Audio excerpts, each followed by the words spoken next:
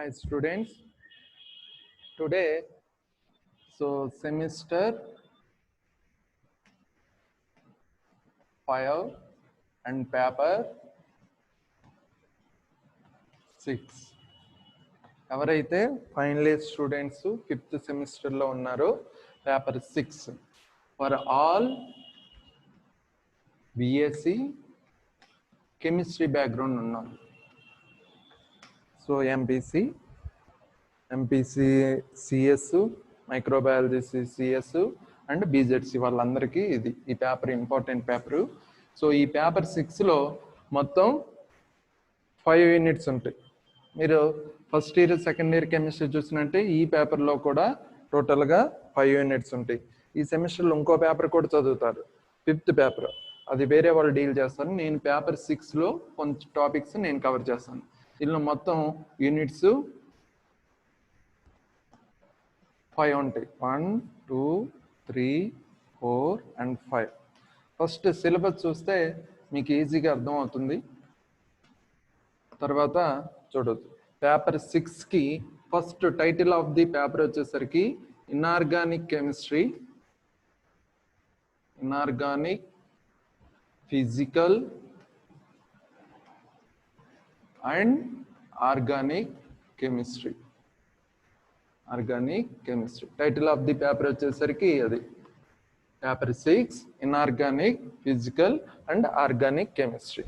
దీనిలో first inorganic కెమిస్ట్రీలో వచ్చేసరికి 1 యూనిట్, రెండోది యూనిట్ ఫిజికల్ కెమిస్ట్రీ, మిగతా 3 యూనిట్స్ వచ్చేసరికి organic chemistry. Inorganic chemistry unit 1లో అగైన్ 2 చాప్టర్స్ ఉంటాయి. సో ఫస్ట్ చాప్టర్ వచ్చేసరికి reactivity of the metal complexes, reactivity of the metal complexes.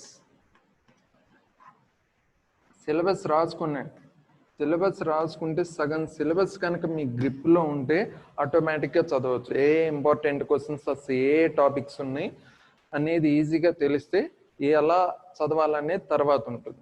So ఒక్కో టాపిక్ ఎక్స్ప్లెయిన్ చేసేటప్పుడు అది 5 మార్క్స్కి వస్తుందా, 10 మార్క్స్కి వస్తుందా, 5 మార్క్స్కి ఎలా 10 మార్క్స్ వస్తాయి అనేది సిలబస్ కనుక మన గ్రిప్లో ఉంటే ఆటోమేటిక్గా వస్తుంది. కొన్నిసార్లు సిలబస్ని చూస్తే మనకి ఆటోమేటిక్ క్వశ్చన్ రాసేయచ్చు దాదాపు.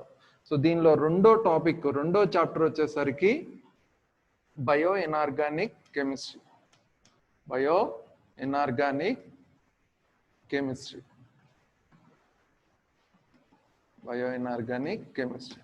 సో ఫిజికల్ కెమిస్ట్రీలో వచ్చేసరికి సెకండ్ యూనిట్. దీనిలో మళ్ళీ 2 చాప్టర్లు ఉంటాయి. ఫస్ట్ వన్ వచ్చేసరికి chemical kinetics, chemical kinetics. Important chapters అండి ఇవన్నీ. ఎవరైతే పీజీ సెట్ ఎంఎస్సి కెమిస్ట్రీ చదవాలనుకుంటున్నారు తర్వాత ఈ టాపిక్స్ అన్ని ఇంపార్టెంట్ టాపిక్స్. వీటిల్లో నుంచే మ్యాక్సిమం క్వశ్చన్స్ అనేవి వస్తుంటాయి. తర్వాత ఫిజికల్ కెమిస్ట్రీ సెకండ్ యూనిట్లో సెకండ్ చాప్టర్ వచ్చేసరికి photo chemistry.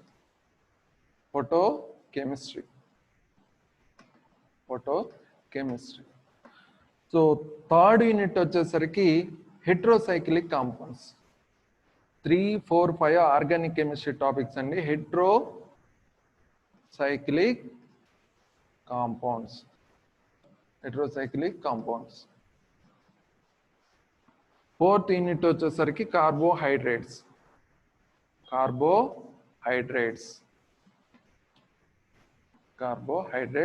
And fifth last unit వచ్చేసరికి ఎమినో యాసిడ్స్ అండ్ ప్రోటీన్స్. ఇది ఒక్కొక్క చాప్టర్ని ఒక్కొక్క యూనిట్లో 2 చాప్టర్లు. ఈ 2 ఇది వచ్చేసరికి ఇన్ఆర్గానిక్ కెమిస్ట్రీ, ఇది ఫిజికల్ కెమిస్ట్రీ, అండ్ ఈ 3 యూనిట్లు వచ్చేసరికి ఆర్గానిక్ కెమిస్ట్రీ. ఇవి మెయిన్గా ఉన్న టాపిక్స్, యూనిట్స్. అందులో ఉన్న సబ్ చాప్టర్స్ ఇవి. సో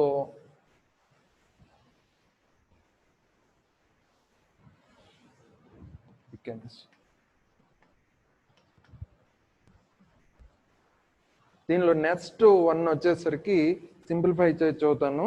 ఫస్ట్ మోడల్ పేపర్ చూద్దాం. ఫస్ట్ మోడల్ పేపర్ ఆల్రెడీ మీరు ఫస్ట్ ఇయర్ సెకండ్ ఇయర్లో రాసి ఉన్నారు కాబట్టి మోడల్ పేపర్లో ఏముంటుంది, మొత్తం 3 hours టైమింగ్, అండ్ 75 మార్క్స్కి పేపర్ ఎండ్. సో 2 సెక్షన్లు ఉంటాయి. సెక్షన్ ఏ వచ్చేసరికి 8 క్వశ్చన్స్ ఉంటాయి మొత్తం. ఇందులో 5 క్వశ్చన్స్ రాయాలి. 5 క్వశ్చన్స్ రాయాలి. మొత్తం 5 into 5 25 మార్క్స్. 8 క్వశ్చన్స్ ఉంటాయి.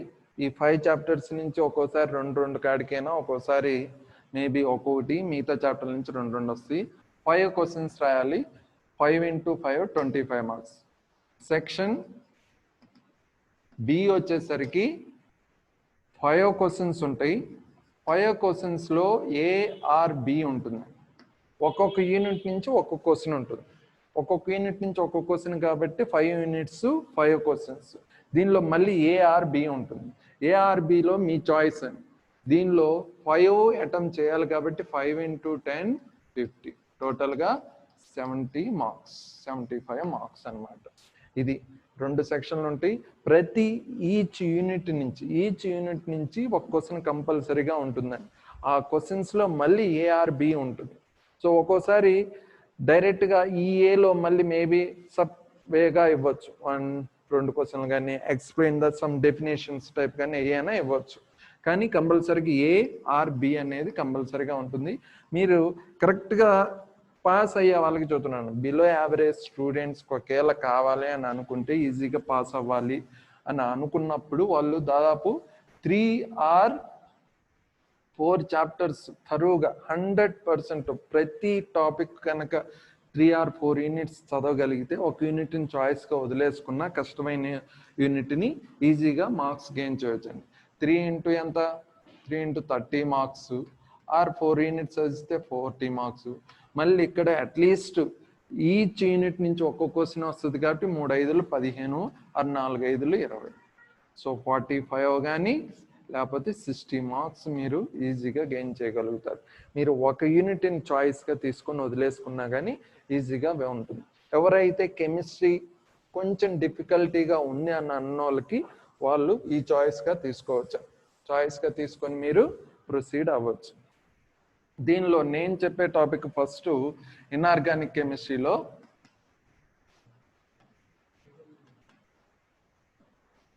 Inorganic chemistry unit 1. యూనిట్ 1 వచ్చేసరికి ఇన్ఆర్గానిక్ కెమిస్ట్రీలో అగైన్ ఫస్ట్ చాప్టర్ వచ్చేసరికి ఏంటిది? అది నేను చెప్పాను ఇందాక సిలబస్లో. First one reactivity of the metal complexes.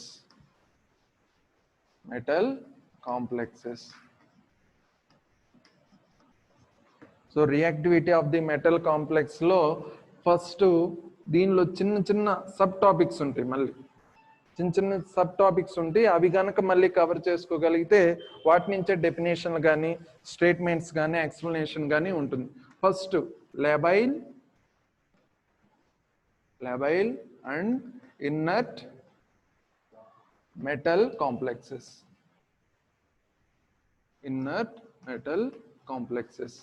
ఇది దీనిలో మొత్తం వచ్చేసరికి 4 డివిజన్ గా ఉంటుంది. ఈజీగా అయిపోతుంది. Labile and inert metal complexes అయిపోయాక దానిలో మెటల్ కాంప్లెక్సెస్ రియాక్షన్ లో కూడా కొన్నిసార్లు ఇన్వాల్వ్ అవుతుంది. అది మెటల్ కాంప్లెక్సెస్ రియాక్షన్స్ అంటే సబ్స్టిట్యూషన్ రియాక్షన్స్. మెయిన్గా substitution reactions of the metal complexes. అందులో మనం SN1 అండ్ SN2 రెండు చదవాలి. తర్వాత ఇంకో టాపిక్ వచ్చేసరికి దీనిలోనే సబ్స్టిట్యూషన్ రియాక్షన్స్ ఆఫ్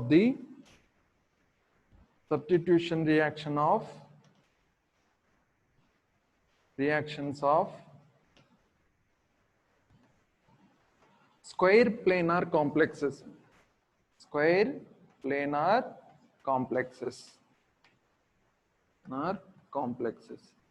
సో ఇవి ఇండివిజువల్ గా చదవాలి కాంప్లెక్సెస్. అండ్ లాస్ట్ వన్ దీనిలో సబ్ టాపిక్స్ వచ్చేసరికి trans effect and its applications. Its applications or uses ఏదైనా వాడుకోవచ్చు అప్లికేషన్స్. ఇవి ఈ 4 టాపిక్స్ అండి. ఈ యూనిట్లో వచ్చేసరికి first chapter reactivity of the metal కాంప్లెక్స్లో 4 టాపిక్స్ ఉంటాయి. 4 టాపిక్స్లో లెబైల్ అండ్ నిన్నట్టు అన్ని లింక్డ్గా ఉంటాయండి.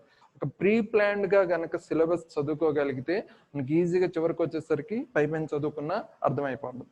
ఫస్ట్ మెటల్ కాంప్లెక్సెస్ రియాక్టివిటీ తెలియాలంటే ఫస్ట్ ఏమేమి స్టార్ట్ చేయాలి? ఆ మెటల్ కాంప్లెక్స్ యొక్క స్టెబిలిటీని స్టార్ట్ చేయాలి. స్టెబిలిటీ ఏ విధంగా ఉంటుంది? అవి లెబైల్ అండ్ ఇన్నట్ అంటే అన్స్టేబుల్ ఆర్ స్టేబుల్ కాంప్లెక్సెస్లో ఇవి చూస్తామండి. లెబైల్ అంటే అన్స్టేబుల్ అంటే రియాక్టివిటీ ఫాస్ట్గా ఉంటుంది.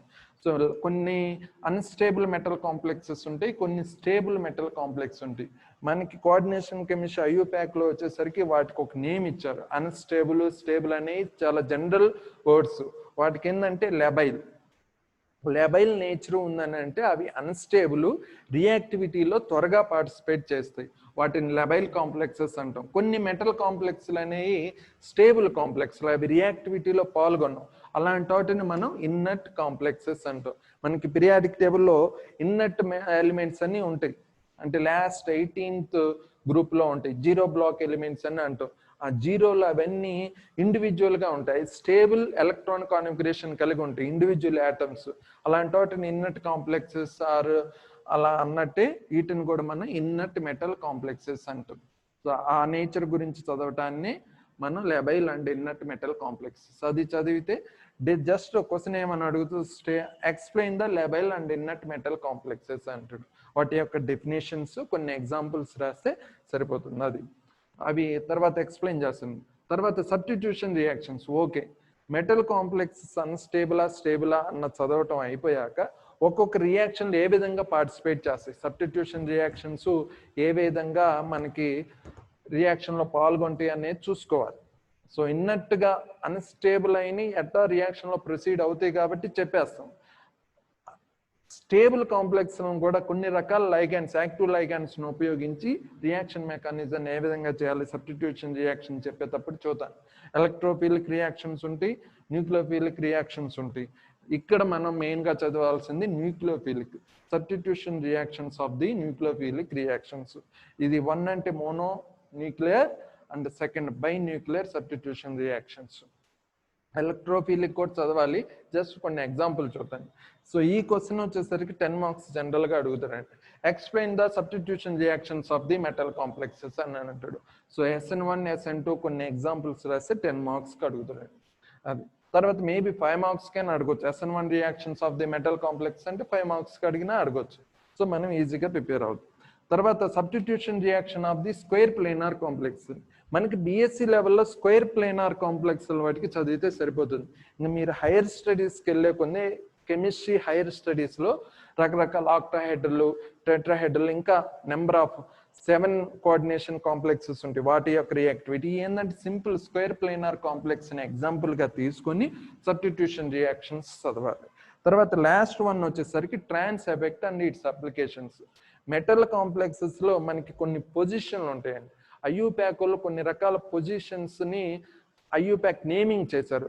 వాటిలో ఒకదానికి సిస్, ట్రాన్స్, ఈజెడ్ అలా అయితే నామినిక్లేచర్ ఉందో ఆ నామినిక్లేచర్లో ఉన్న ట్రాన్స్ అంటే ఒకదానికి ఆపోజిట్లో ఉండే ఈ పొజిషన్స్ని జనరల్గా ట్రాన్స్ అని అంటాం కదా. సో పక్క పక్కన కనుక ఉంటే వాటిని సిస్ పొజిషన్స్ అండి. ఈ 2 పొజిషన్స్ ఏమో సిస్, ఈ ఆపోజిట్ పొజిషన్స్ ని ట్రాన్స్ అని అంటాం కదా. సో ఆ వేలో వాళ్ళు ఎక్స్ప్లెయిన్ చేస్తారు. ఆ ట్రాన్స్ ఎఫెక్ట్ వల్ల మనకి రియాక్షన్స్ మెటల్ కాంప్లెక్సెస్ ఏ విధంగా మనకి రియాక్షన్లో పాల్గొంటున్నాయో తెలిసిపోతుందండి. చాలా ఇంపార్టెంట్ అండి ఈ ట్రాన్స్ ఎఫెక్ట్. ఇప్పుడు మనకి ఈ మెటల్ కాంప్లెక్స్లోనే ఒక క్యాన్సర్ డ్రగ్ ఉంది. క్యాన్సర్ డ్రగ్ అంటే నికిల్తో కాంప్లెక్స్లో ఉండి నికిల్ మెటల్ కాంప్లెక్స్లో క్యాన్సర్ డ్రగ్ ఉంది. ఆ డ్రగ్ ఇప్పుడు ఈ ట్రాన్స్ ఎఫెక్ట్ వల్లే మనకి ఆ డ్రగ్ కనుక్కోబడింది. సో కనుక్కున్నాక దానిలో ఏ లైగాండ్స్ని రీప్లేస్ చేస్తే, ఈ ట్రాన్స్పోజిషన్స్లో ఏ రీప్లేస్ చేస్తే అలా దాని యొక్క మెటల్ కాంప్లెక్స్ మన బాడీలో యాంటీ క్యాన్సర్ ఏజెంట్గా పనిచేస్తుంది అనేది రియాక్షన్ మెకానిజం. చాలా ఓల్డ్ వన్ యాంటీ క్యాన్సర్ డ్రగ్గా ఎప్పుడో ఫైండ్ అవుట్ చేశారు. అలాంటివన్నీ ఇక్కడ అప్లికేషన్స్లో చూస్తాం అవన్నీ. సో ఒక్కొక్క టాపిక్ని నేను స్టార్ట్ చేస్తాను, దీనిలో చూద్దాం. సింప్లిఫై చేసి చూద్దానండి. చివరిలో కొన్ని ఆబ్జెక్టివ్ క్వశ్చన్స్ కూడా చూద్దాను. ఈ ఎంఎస్సి కెమిస్ట్రీ ఎంట్రన్స్ రాసే వాళ్ళకు కూడా ఇంపార్టెంట్ కాబట్టి మనం ఆ వేలో ఆబ్జెక్టివ్ వేలో కూడా, థియరీ కాకుండా ఆబ్జెక్టివ్ వేలో కూడా నేను మీకు ఎక్స్ప్లెయిన్ చేస్తాను. ఇంట్రెస్ట్గా ఉన్న క్యాండిడేట్స్ సపరేట్గా నోట్ చేసుకోండి, కానీ నాతో పాటు రన్నింగ్ నోట్స్ రాయండి. మీకు ఎట్టా మెటీరియల్ సెండ్ చేస్తారు, లేకపోతే ఎక్కడైనా దొరుకుతుంది, నేనేం సెండ్ చేస్తాను నన్ను అడిగితే. లేకపోతే నాతో పాటు ఈ నోట్స్ కనుక, రన్నింగ్ నోట్స్ కనుక రాసుకోగలిగితే మీకు రేపు ఈజీగా ఉంటుంది. తెలుగు ఇంగ్లీష్ మిక్స్ చేసి రాసుకోండి. తర్వాత చదివేటప్పుడు ఇంగ్లీష్ దానికి కొన్ని మీనింగ్స్ తెలియపోయినా ఈజీగా మనం డెఫినేషన్ చూసైనా నేర్చుకోవచ్చు. దీనిలో ఫస్ట్ వన్ వచ్చేసరికి inert or labile complexes topic కదా ఇది, కాంప్లెక్సెస్. దీన్ని చదవాలి. దీనిలో ఫస్ట్ వన్ అసలుకి మెటల్ కాంప్లెక్సెస్ అంటే ఏంటిదో సింప్లిఫై చేసి చెబుతానండి. ఫస్ట్ దాని డెఫినేషన్ ఏంటిది, అవి ఏ విధంగా ఫామ్ అవుతాయి అనేది ఫస్ట్ చూద్దాం. మెటల్ కాంప్లెక్సెస్, సెంట్రల్ పేరులోనే ఉంది కాబట్టి సెంట్రల్లో ఒక మెటల్ ఆటమ్ ఉంటుంది. దాని సరౌండింగ్స్లో లైగాండ్స్ ఉంటాయి. మేబీ ఎన్నెన్ ఉండొచ్చు, మేబీ 6 ఉండొచ్చు, 4 ఉండొచ్చు, 8 ఉండొచ్చు, 7 ఉండొచ్చు. So A group of atoms are ions is called ligand. ఆ మెటల్ ప్లస్ లైగాండ్ కాంప్లెక్సెస్గా ఏర్పడతాయి. మెటల్ లైగాండ్ అనే కాంప్లెక్స్లుగా ఏర్పడి మనకి ఇలాంటి మెటల్ కాంప్లెక్స్ అయాన్స్, లేకపోతే న్యూట్రల్ కాంప్లెక్స్లు కానీ అయాన్ కాంప్లెక్స్లు ఏమైనా మనకి ఏర్పడుతుంటాయి. ఈ వేలో ఉంటాయి. సో ఇది వచ్చేసరికి సెంట్రల్ మెటల్ ఆటమ్, ఇది ligand and central metal atom, central metal and ఈ ఎన్ సఫిక్స్ లో వచ్చేసరికి number of the ligands, number of ligands అన్నమాట ఇది. సో అలా ఇలాంటి కాంప్లెక్స్ని మెటల్ కాంప్లెక్స్ అంటాం. డెఫినేషన్ ఏంటిది, the whose complexes are central atom is metal and surrounded by ligands is called the metal complexes అని అంటాం. ఈ మెటల్ కాంప్లెక్స్ ఏర్పడ్డాక దాని యొక్క ఎంత స్టేబుల్గా ఉంది, ఎంత అన్స్టేబుల్గా ఉందనేది చూసుకోవాలి. MLN ఇది. సో ఏదైనా ఒక కాంప్లెక్స్ కానీ లేకపోతే ఒక యాటమ్ ఎగ్జిస్టెన్స్లో ఉంది అని అంటే దానికి స్టెబిలిటీ నేచర్ వచ్చాక కంపల్సరిగా అది ఉండిపోతుందండి. దాని యొక్క స్టేబుల్ కాన్ఫిగరేషన్ వచ్చాక అది స్టేబుల్ అయిపోతుంది. ఈ మెటల్ కాంప్లెక్స్ కూడా ఏ విధంగా ఏర్పడతాయి అని అంటే దాని యొక్క స్టెబిలిటీ వచ్చేంత వరకు రియాక్షన్లో ప్రొసీడ్ అవుతూనే ఉంటాయి. సో మేబీ ఈ ఎంఎల్ కొన్నిసార్లు ML3 ఫామ్ అయ్యాక అది అన్స్టేబుల్గా ఉంటుంది. ఇంకొక లైగాండ్ కనుక వచ్చి చేరింది అనుకోండి, స్టేబుల్ లైగాండ్గా కాంప్లెక్స్ ఫామ్ అవుతుంది. Until it will get the stability it is keep on going to in the reaction అన్నమాట. అప్పుడు ఆ స్టేబిలిటీ వచ్చిందాక ఫామ్ అయ్యే మెటల్ కాంప్లెక్స్ని మనం కొన్ని ఎగ్జాంపుల్స్ చూద్దాం. అది స్టేబుల్గా వచ్చిందని అంటే ఇంకా అది పార్టిసిపేట్ చేయదండి, ఇంక రియాక్షన్లో పార్టిసిపేట్ చేయదు. ఇన్ని మిలియన్స్ ఆఫ్ రియాక్షన్స్ ఎలా వచ్చినాయి అంటే ఏమైనా అన్స్టేబుల్ కాంప్లెక్సెస్ని కొన్ని రియాక్షన్లు ప్రొసీడ్ చేసినప్పుడు అది రియాక్షన్ ప్రొసీడ్ చేసి ప్రొడక్ట్ వస్తుంది. కొన్ని స్టేబుల్ కాంప్లెక్స్ల స్టేబుల్ మాలిక్యూల్స్ని కూడా మనం రియాక్షన్లో ఏ విధంగా పార్టిసిపేట్ చేస్తున్నాం, దాన్ని యాక్టివేట్ చేసి రియాక్షన్ ప్రొసీడ్ చేస్తున్నాం. యాక్టివేట్ చేయంలోనే అన్స్టెబిలిటీ వస్తుంది, అన్స్టెబిలిటీ రాంగ్లోనే అదేమవుతుంది, స్లోగా స్టెబిలిటీ వైపు చూసుకోవాలి కాబట్టి రియాక్షన్ ప్రొసీడ్ అవుతుంది. ఆ రియాక్షన్ మీడియము అన్ని చూసుకొని రియాక్షన్ ప్రొసీడ్ అవుతుంది, స్టేబుల్ ప్రొడక్ట్ ఫామ్ అవుతుంది. ఆ స్టేబుల్ ప్రొడక్ట్ ఫామ్ అయ్యాక దాన్ని తీసుకొని దాని యొక్క ప్రాపర్టీస్ అన్నిటినీ చూస్తాం. ఈ first labile complexes. Labile complexes అంటే it's nothing but stable complexes or unstable complexes అనే వేలో ఎక్స్ప్లెయిన్ చేస్తానని చెప్పాను కదా. అన్స్టేబుల్ కాంప్లెక్స్, ఈ అన్స్టేబుల్గా కొద్దో గొప్ప అన్స్టేబుల్గా ఉంటేనే ఆ లెబైల్ నేచర్ ఉంటుంది. లెబైల్ నేచర్ ఉంటే రియాక్షన్లో ఈజీగా పార్టిసిపేట్ చేస్తాయి. సపోజ్ MLN4 ఉన్నాయి, ఇది సపోజ్ లెబైల్ నేచర్ ఉన్నది.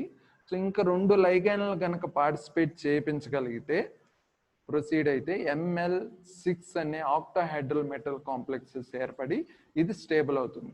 ఇది లెబైల్ నేచర్ కాంప్లెక్స్ ఉంటుంది, ఇది ఇన్నర్ట్ నేచర్ కాంప్లెక్స్ వేలో ఉంటుంది.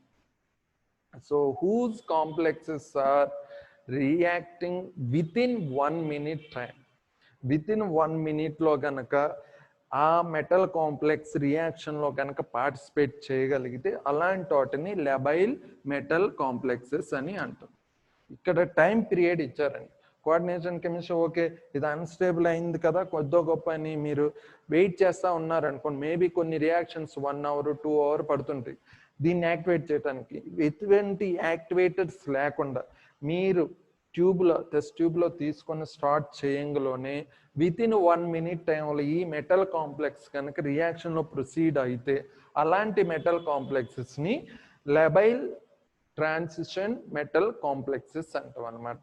లెబైల్ నేచర్ అంటే అన్స్టేబుల్ ఉంటుంది కాబట్టి ఈజీగా విత్ ఇన్ 1 minute లో రియాక్షన్ ప్రొసీడ్ అయిపోతుందని.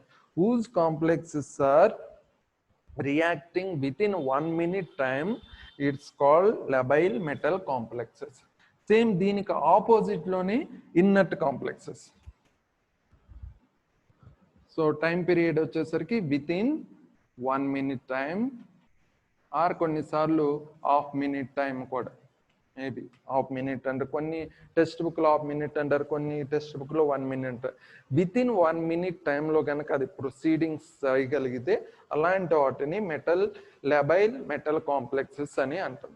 సో ఇన్నర్ట్ కాంప్లెక్సెస్ అని కొన్ని కాంప్లెక్స్లు ఉంటాయి, దీనికి opposite inert or stable complexes.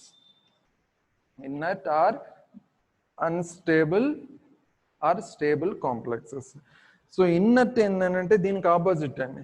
More than 1 minute time కనుక, time period more than 1 minute లో కనుక పార్టిసిపేట్ చేసే రియాక్షన్ మెటల్ కాంప్లెక్సెస్ అన్నిటినీ మనం ఇన్నర్ట్ కాంప్లెక్సెస్ అని అంటాం. సో మేబీ ఇక్కడ ML6 అనేది స్టేబుల్ కాంప్లెక్స్. మీరు ఎంతసేపు ఈ స్టేబుల్ కాంప్లెక్స్ని రియాక్షన్లో ప్రొసీడ్ చేయాలన్నా అది ప్రొసీడ్ అవ్వదు. It will take more than 1 minute time. Whose complexes are participating in to the reaction more than 1 minute time is called the inert complexes. These are the stable complexes, they will not proceed into the reaction. దీనికి కొన్ని examples వచ్చేసరికి inert కాంప్లెక్స్లకి labile కాంప్లెక్స్లకి, so FeCl6 or NiCl4-2 ఇంకేముంటాయి మీకు తెలిసిన కొన్ని examples. ఇచ్చిన కాంప్లెక్స్ లెబైల్ నేచర్ ఉందా ఇన్నర్ట్ నేచర్ ఉందా అనేది కూడా చెప్పొచ్చండి. ఇలాంటి ఆబ్జెక్టివ్ క్వశ్చన్స్లో ఎక్కువ అడిగే అవకాశం ఉంటుంది.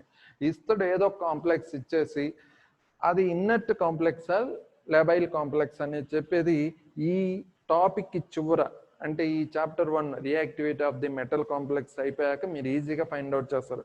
ఆబ్జెక్టివ్ క్వశ్చన్లో ఒకవేళ maybe whose metal complex having inert nature